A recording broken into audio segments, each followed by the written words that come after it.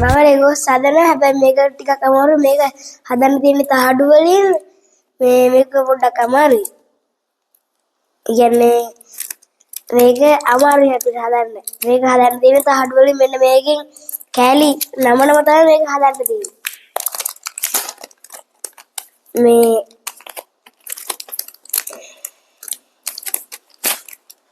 එදා මේක එහෙම තියෙන්නේ. මේ යකඩ තහඩුවෙන් තමයි මේක හදන්න තියෙන්නේ. මෙන්න මේ වගේ කෑලි දෙකක් තියෙනවා.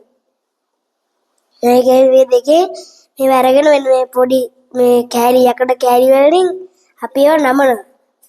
ඒකලා තමයි මම මේ වගේ මේ මෙන්න මේක එහෙම කරගෙන නමනවා. ඒක තමයි මම මෙන්න මේ වගේ නමක් හදාගත්තේ. මේ අපි ඊළඟට හදනවා අපි මේක හදද්දී කෑලි එහෙම කැඩුණා. දැන් මම හදන්න යන්නේ මෙන්න මේ අයිපර් කුළුම. දැන් මම මෙන්න මේ වගේ අයිපර් කුළුම තමයි හදන්නේ. මම මේක හදනවා ඔයගොල්ලන්ට පස්සේ වීඩියෝ එකක් දාන්න.